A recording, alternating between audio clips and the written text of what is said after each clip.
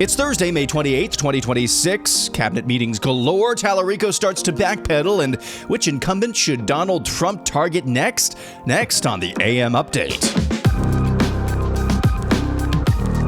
President Trump held yet another cabinet meeting yesterday. These are rather nice. At least it provides the administration an opportunity to set the agenda, to set the terms of the agenda, and kind of set a news cycle as well. And President Trump has done more of these, I think, than Joe Biden ever has. I can't recall a single cabinet. I'm sure there was one or two cabinet meetings during the Biden administration. There's been a cabinet meeting pretty much every month of the Trump administration.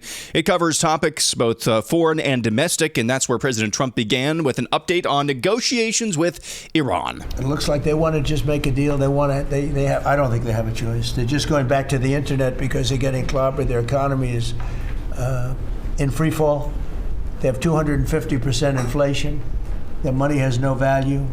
Their whole economic system is broken down. You heard President Trump say there in passing they just turned on the internet. That was a story that was going on around yesterday. At least reports from inside Iran say that they did indeed turn the internet back on for most people around that country. Of course, speeds very, very slow. Treasury Secretary Scott Bessent said the ongoing price increases that we're seeing as a result of the war with Iran, he still says those should be transient. We're entering the second half of our 250th anniversary year with renewed optimism and momentum. It has never been a better time to be an American, and as you said earlier, we have a record number of Americans working. The economy that you are building is not only strong, but secure and resilient and better positioned to compete globally. Real GDP has risen 2.7% over the past 4 quarters, something that many economists said couldn't be done. In the first quarter of 2026, despite the Iran conflict, GDP grew at a 2% annual rate. The Atlanta Fed GDP now is predicting 4.3% for this quarter. In terms of prices, I believe the prices are transitory. Oil will be lower than pre-conflict levels when this ends. Natural gas is already down, as you mentioned. Drug and pharmaceutical prices, they are plummeting, and rent is down. We are more resilient to energy price fluctuations due to your energy dominance agenda, to regulatory efforts, and we have never sold so much energy to the rest of the world. It would not surprise me, Treasury Secretary Scott Bessent there, that last bit, it would not surprise me, talking about never selling as much energy to the rest of the world, if we saw a significant bump to the GDP. And the GDP only means basically the big number goes up and to the right, up and to the right. It's not an accurate necessarily picture of how the ordinary American is doing financially. It's an overall picture of the health of the overall economy. But not how it's kind of a misnomer. Yes, the overall economy when it comes to monetary value, but not the econ part of the economy, like how the family is doing.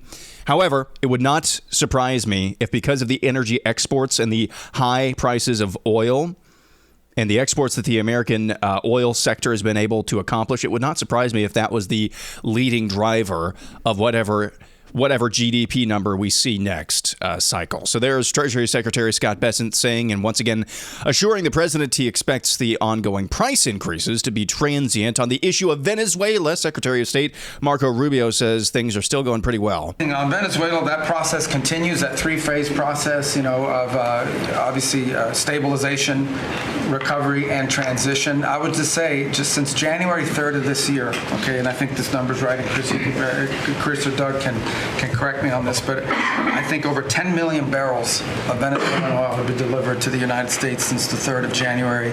That industry is being professionalized for the first time ever. It's going to the benefit of the Venezuelan people. They are selling oil in the market at market rates. The money's going to an account in the United States, controlled and monitored by Treasury, audited by KPMG, and it's for the first time ever the money's not being stolen. It's going to the benefit of the Venezuelan people. On Venezuela, Secretary of State Marco Rubio saying their 3-pronged plan for Venezuela still going well. At home, An ongoing confrontation at an immigration and customs enforcement facility in New Jersey. Federal agents deployed pepper spray and beat back anti-ICE agitators outside of the Delaney Hall Detention Center in New Jersey earlier this week, following days of chaos outside the privately run facility. The confrontation, captured on video shared by Freedom News TV, shows agitators trying to stop vehicles from leaving Delaney Hall in Newark. Authorities are seen attempting to stop agitators from obstructing vehicles and clearing them from the road. The video shows the encounter turned physical as federal agents forcibly pushed back agitators who made contact with the hood of a vehicle trying to leave the facility. Some agents were also seen deploying pepper spray, while others used batons against the agitators. I saw probably one of the favorite videos I've seen in the last quarter of this year so far. A bunch of these anti-ICE protesters outside of this detention facility in New Jersey, or this ICE facility in New Jersey. They cheered as two individuals who happened to have brown skin came out of the facility, not knowing that those two individuals actually worked for ICE. Just unbelievable stuff. More from Democrat Senate candidate in Texas, James Talarico. He is who Trump endorsed Ken Paxton will be going up against in the November general midterm elections. More from him. He was interviewed by CBS this week, the big CBS, not a local CBS affiliate. He was asked about previous comments, I think I've played them for you here, where Talarico said that God is non-binary. Listen to this. So they're running a handful of highlights of things you've said in the past, and I wanted to give you an opportunity to respond or clarify. In 2021, in a speech during debate over transgender issues, you said God is non-binary. What did you mean by that? Well, I think I was being intentionally provocative with that statement. But what it means is that God can't be defined by human categories. The Apostle Paul, in his letter to the Galatians, says that in Christ there is neither male nor female. I'm always going to stand up for Texans who are being picked on by the most powerful, most corrupt politicians in the country. And I'm going to continue doing that in this race and hopefully in the U.S. Senate. You call it intentionally provocative. Do you regret describing it that way or talking about God that way? There are some statements that I've made that I certainly regret. There are statements that I've made where I've missed the mark. I'll be the first to admit that. But Ken Paxton is intentionally clipping my cringy comments to distract from his career of corruption. So there's James Talarico saying that his comments regarding characterizing God as non-binary, those are cringy, and he also says there are statements he makes that he certainly regrets. And he tries to clarify by saying that in calling God non-binary, that we can't use human terms to define God. What is non-binary? Non-binary. That's a human term, bro. That's a human term that nobody had heard of like 10, 15 years ago. That's a human term that you are applying to God. You're actually, again, projection. You're violating the very thing that you said you were trying to do. And invoking the Apostle Paul, in Christ there's neither male nor female, slave nor free, Jew nor Greek.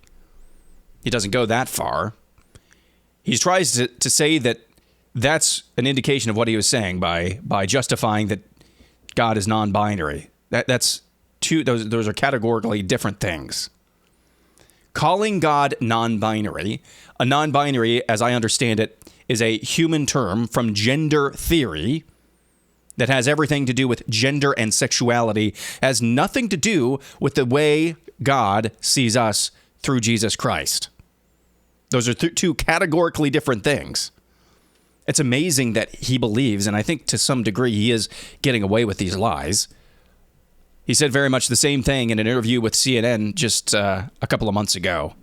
Let's go to this. Mike Pence crawling out of his spider hole, saying on C-SPAN at some event he was asked to speak at, says, everybody's just way too mean these days. Policy and personality. Look, I can say that your ideas are really bad, and they might be. I don't know you, but you might have really bad ideas, without saying you're a bad person. right? I mean, I think negative personal attacks have no place in public life, and the American people want us to get back. Get back to what? Like the days of our founding fathers? I mean, John Adams had a potty mouth.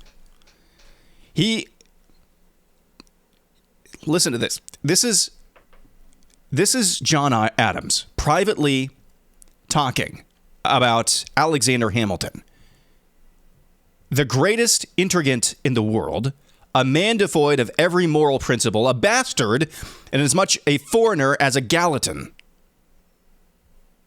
That's John Adams to Alexander Hamilton. John Adams to Thomas Jefferson, calling him a French Jacobin atheist who would unleash terror, murder, rape, and adultery, incest, and portrayed as someone who would emancipate slaves and destroy the nation, which was a very strong attack back in those days. He said that if Jefferson had his way, the soil would be soaked with blood and the nation black with crimes. Listen, if you're going around like the Democrats and just like yesterday, okay, the day after deleting that, or a couple of days after deleting that tweet on Memorial Day, just using the deaths of the 13 U.S. troops as a way to attack Trump on Memorial Day, you deleted that tweet and then you went back, you came right back around and you replied to White House Deputy Chief of Staff Stephen Miller, quote, "Shut up, you ugly bleep," for something that he said about, I think, James Talarico. I mean, that's just, there's no point to that. But that's part of our political process. It gets ugly sometimes. Not saying that's great, not saying that's healthy, but it gets ugly sometimes. I would far rather have a war of very ugly words than an actual, civil war, because we already had one of those and a lot of people died. I mean, the Mike Pences of the world, that is a breed that just has to die out, I have to think. We have to go back. America has to go back. Go back to what? That we were never closer to God, corporately as a people, than in the days of our founding. And yet John Adams, one of our founding fathers, privately and sometimes publicly as well, very, very critical personally of some other founding fathers. It's just amazing. That line of thinking where you just have to be nice all the time for niceness' sake. That kind of thinking has to die. When we come back, more from the cabinet meeting, including President Trump's instructions to Secretary of War Pete Hegseth. What am I talking about? And I'm going to contrast that with a story that caught my eye yesterday as well. Nigeria and Americans' attitudes towards dining experiences. That's coming up next.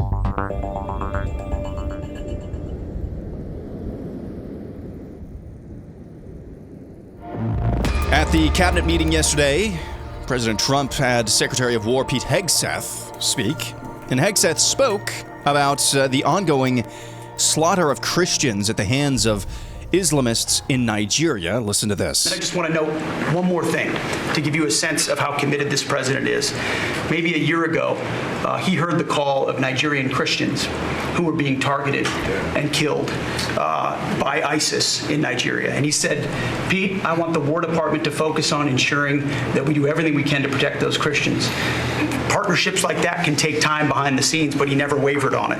And we got the assets there. And over the last month, and there hasn't been much coverage of this, we killed ISIS #2 in Nigeria, who is most responsible for killing Christians and trying to target the U.S. homeland, and have since, because of the intel we gathered, killed hundreds of ISIS members who were targeting and killing Christians in Nigeria, creating a whole new opportunity there. So there's a lot of things we do that the media pays attention to, and a lot of things that the president empowers the department to do on behalf of the American people. Secretary of War Pete Hegseth on President Trump's basically memo and directive to him when he started at the Department of War to make sure Nigerian Christians are protected. Listen, I'm wary of foreign entanglements. I've tried to look at what's going on with Iran with as much of an open mind as I possibly can. Have at times been fairly supportive of the administration's efforts. However, if we're going to have foreign entanglements, the direct protection of Christians being slaughtered, that's going to earn my support pretty much every single time. Every single time. That's righteous. We're protecting brothers of the faith, regardless of President Trump's motivations. It's clear that the dude understood that this is, if you have the ability to do some good in the world to protect Christians, whatever Trump's motivations are, that's a righteous act. That's a righteous act in my book. But that persecution of Christians in Nigeria is just heartbreaking. It's insane. It's just 200 proof evil. Which brings me to this. This caught my eye the other day. New research from Lightspeed Commerce Incorporated. It's a unified omni-channel platform that powers retail, golf, hospitality businesses in over 100 countries. This new research reveals that restaurant culture is undergoing a significant shift, with consumers increasingly embracing adults-only dining, health-driven menus powered by protein and fiber, and family-style dining. The company's State of Hospitality 2026 report, based on a multi-market consumer survey across the U.S., Canada, UK, France, Germany, Netherlands, Belgium, found that younger diners in particular are redefining expectations around going out, influencing everything from menu preferences to store restaurant atmospheres. One of the clearest trends is growing support for adults-only dining spaces. 3 in 4 consumers, 75%, say restaurants should offer some form of adults-only dining, including 79% of parents themselves. Half say it depends on the setting. More than a quarter support the idea outright. Consumers are most supportive of restricting children in late evening settings, designating adults-only sections, romantic settings, and alcohol-infused venues.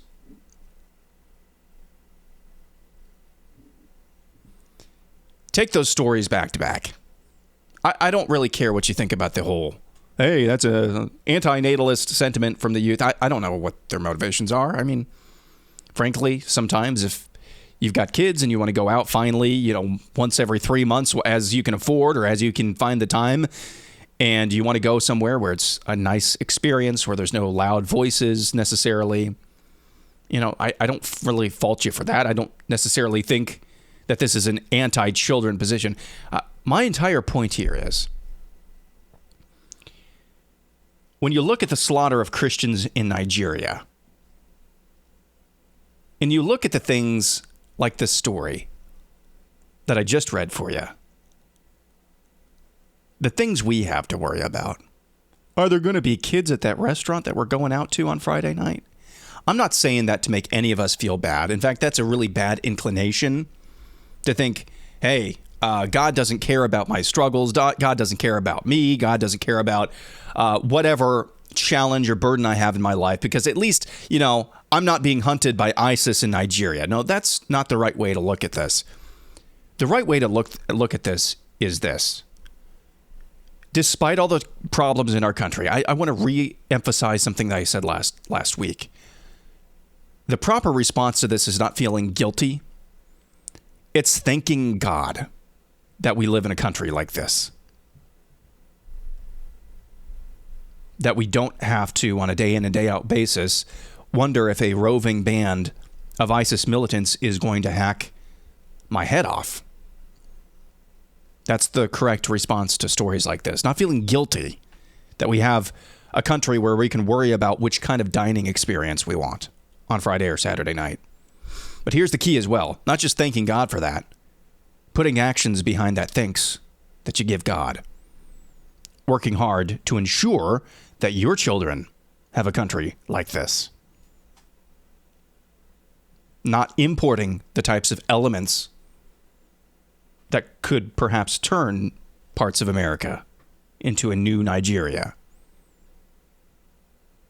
That's the correct response to these types of stories back to back. Listen, I understand the immigration issue. Those that are here legally or illegally, our job as Christians is different from that of the government, and you can hold both of those things together with zero tension. You can be anti-illegal immigration to the hilt as a Christian. You can even be anti-legal immigration to the hilt as a Christian.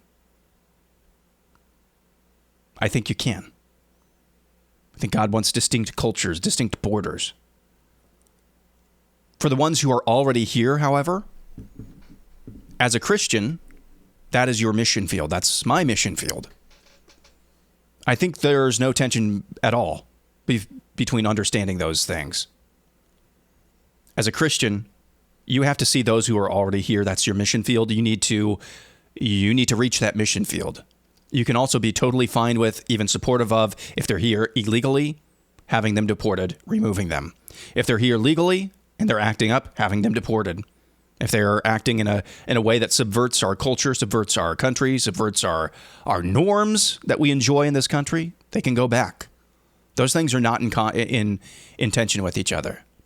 I'll just tell you, yesterday, I'm not going to go into detail with where this is. Yesterday, in a suburb of Des Moines, Iowa, yesterday morning, I saw as many Muslims in one place as I was trying to get to work. I saw as many Muslims in one place as I ever have seen. In fact, the last time that I saw that many Muslims in one place with my own eyes, and again, this is a suburb of Des Moines, Iowa. The last time I saw that many Muslims, 16 years ago in London. And I'm telling you, the place that I think there was some sort of Muslim holiday in Des Moines. The place that they were gathering at for whatever prayers or whatever, the parking lot was overrun, just completely packed. The church next door to this event center, completely packed. It usually is anyway, for other reasons, but it was filled to the hilt this time. These Muslims were streaming in from across the streets, parking I don't know where, but streaming in from across the street, walking all over the parking lot. And they weren't causing necessarily a scene. It was just congested. I'm saying that and bringing that up because that's stuff that we've imported into this country. That didn't just spontaneous instances of Islam. Spontaneously Islamism. No. They were being respectful. They were, they looked like they were being orderly, what have you. But that culture Islam is its own culture. It's not compatible with ours. And I don't think as a Christian there's any tension whatsoever in seeing those Muslims as a mission field here, but totally supporting the government removing them if needed. Anyway, if anybody of the left is watching, it's Aaron McIntyre. Yes, that is my Islamophobic screed for today. My Islamophobic screed is that I see them as a mission field who need Jesus. And if they're here illegally or doing things that are illegal, if they're here legally, totally fine if they go back from wherever they came from. That's basically my Islamophobic rant for the morning. Let's get to your poll of the week. I asked you who should be the next incumbent Trump should knock off. Just off the top of my head, 3 of the worst. One of them, it's too late for probably this cycle. It is too late for this cycle. Gave you Murkowski of Alaska, Collins of Maine, Thune of South Dakota, and the ability to comment. And boy, howdy, did you comment? In first place, Thune, 63% said Thune should be the next target of a Trump primary opponent. In second place, Lisa Murkowski of Alaska. Third place, Susan Collins of Maine at 2%. Let's get to some of your comments here. Doug says, Thune is the only one in a deep red state. The focus needs to be there first. This shows what should have happened in 2026. We made progress, but not enough. This is a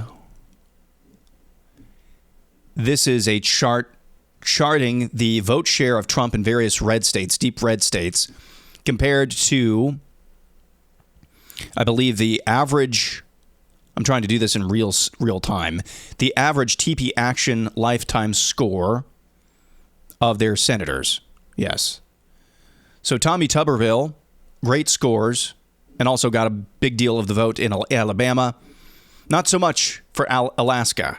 Huge share for Trump, but their senator is not Trump. So basically what this chart is showing is that despite all of these states being solidly Trump-leaning, their senators are anything but, a lot of these states anyway, their senators are anything but Trump agenda, Trump adjacent. It's interesting. Jason says Collins is in a blue state, so she shouldn't be touched unless she does something horrendous. Tom Bazika says, I would have chosen choice 2 for Collins, but she's already up for re-election this year. Yeah, that's what I was saying. Mark says, I don't think it's that simple. Paxton had a huge name ID making it possible. Trump was going to endorse Cornyn until Paxton made his chess move on the SAVE Act. Pete Calica says, I don't know. How about junkyard dogging the Democrats first? Okay. JD says Collins is excusable considering her electorate. Nathaniel Block says, as much as Collins and Murkowski are deep state shills, they're in purple states, so any challenge to them needs to be carefully chosen or we risk putting a Democrat in that seat. Start with the rhinos in red states and govern well with MAGA Congress. Trumpet says what we really need to do is get enough people in Trump's inner circle to convince him the leftist GOP senators are opposing him by being leftist. Auburn Tiger says it should be Lindsey Graham. Why Trump keeps endorsing him, I just don't understand. MJ says perhaps we should start working on helping hardworking Americans who are overwhelmed with high prices. It's a good idea. Jim says Thune for sure, but I'd like to add Lindsey Graham. Damon says all of the above plus a couple. Valeria says, say Susan Collins, but she's the best we are allowed to pick from. John Roy says if he takes out the head of the opposition, the others will fall in line or drop out.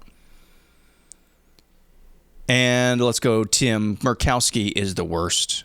Grahamnesty, Rand Paul.